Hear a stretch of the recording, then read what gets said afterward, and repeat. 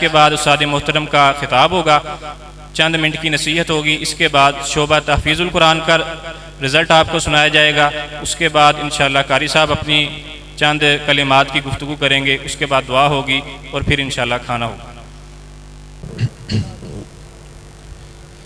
الحمدللہ رب العالمین والعاقبۃ للمتقین والصلاة والسلام على اشرف الانبیاء والمرسلین اما بعد فاعوذ باللہ السمیع العلیم من الشیطان الرجیم من حمزہ ونفخہ ونفسہ بسم اللہ الرحمن الرحیم وذکر فإن الذکریٰ تنفع المؤمنین۔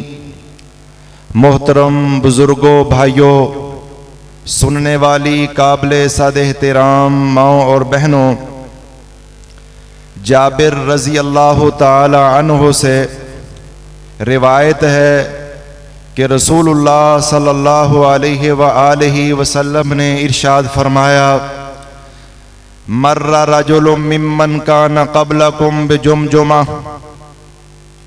اللہ کے رسول صلی اللہ علیہ وآلہ وسلم نے ارشاد فرمایا کہ پہلے لوگوں میں سے ایک شخص ایک کھوپڑی کے پاس سے گزرا، فنظر الیہا، اس کی طرف دیکھا، فحدث نفسہ بشیء، پھر اپنے دل کے اندر غور و فکر کیا، فقال ثم قال، پھر کہنے لگا، اللہم انت انت وانا انا، اے اللہ تو ہے اور میں ہوں۔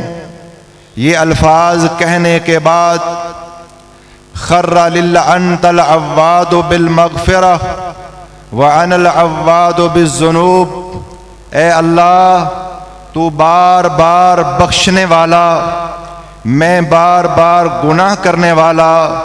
وخر للہ ساجدہ، یہ الفاظ کہہ کر سجدے کے اندر سر رکھ دیتا ہے، اور اللہ تبارک و تعالی کی طرف سے آواز آئی، ارفع راسک، اپنے سر کو اٹھا لیجئے، انت العواد بالذنوب وانا العواد بالمغفرہ،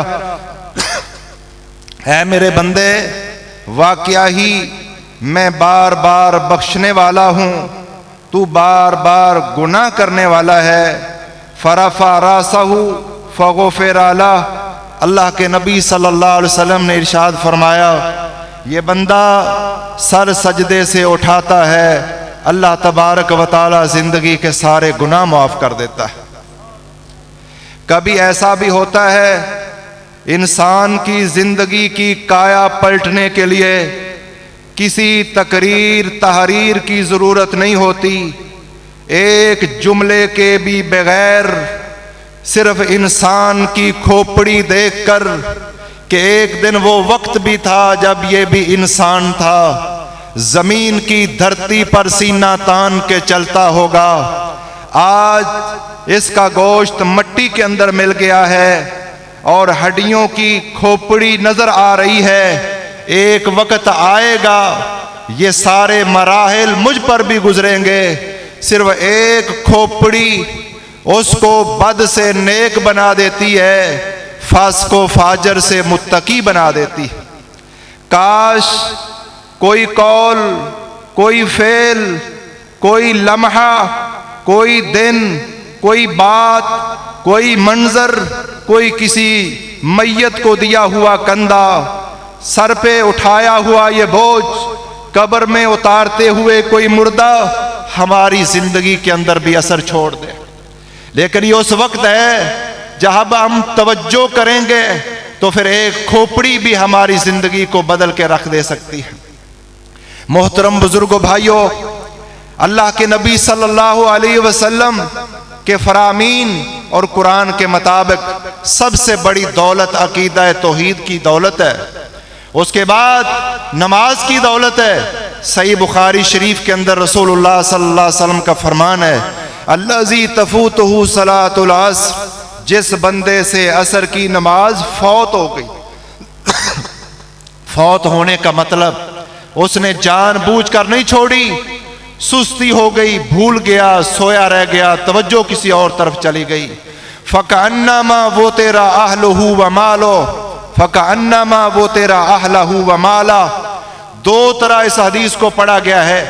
اہلہ و مالو صحیح بخاری میں 552 نمبر حدیث ہے. اللہ کے نبی صلی اللہ علیہ وسلم نے فرمایا جس بندے کی عصر کی نماز فوت ہو گئی ایسے سمجھو کہ اس کے بال بچے گھر بار سب کچھ تباہ و برباد کر دیا گیا. اور دوسرا معنی کہ اس سے اس کے بچے اور گھر بار مال دولت سب کچھ چھین لیا گیا. جس بندے سے سستی سے اور بھول گیا عصر کی نماز رہ گئی، اتنا بڑا خسارہ ہے اس بندے کا. اور اس سے اگلی حدیث 553 رسول اللہ صلی اللہ علیہ وسلم نے فرمایا کہ اللہ کے نبی صلی اللہ علیہ وسلم نے فرمایا من ترک صلاۃ العصر فقد حبط عملہ. جس بندے نے عصر کی نماز کو جان بوجھ کر چھوڑ دیا اس کے اعمال تباہ و برباد ہو گئے. ایک موقف تو یہ ہے کہ جس شخص کی نماز رہ گئی، نماز کا تارک ہے، یہ شخص کافر ہے. امام احمد بن حنبل اور فقہ حنبلی کے فقہا اور دوسرے لوگوں کا موقف یہ ہے کہ ایک بندے نے 4 نمازیں بھی پڑھی ہیں، دیگر اعمال بھی کیے ہیں، عصر کی نماز چھوٹ گئی، ساری نیکیاں ایک طرف، عصر کی نماز کا گناہ ایک طرف، دونوں برابر ہو گئے. کافر نہیں ہوا لیکن ساری نیکیاں اس دن کی اسے کوئی فائدہ نہیں دیں گی اگر صرف عصر کی نماز چھوڑ دی. اور جو 2 3 4 5 چھوڑ دے اس کا کس قدر خسارہ ہوگا. اور تیسری نصیحت رسول اللہ صلی اللہ علیہ وسلم نے ارشاد فرمایا، سنن ترمذی کے اندر 2376 نمبر حدیث ہے. آپ صلی اللہ علیہ وسلم نے فرمایا ما زیبانی جائعانی ارسلا فی غنم بافسد لها من حرص المال علی الشرف علی المال والشرف لدینہ.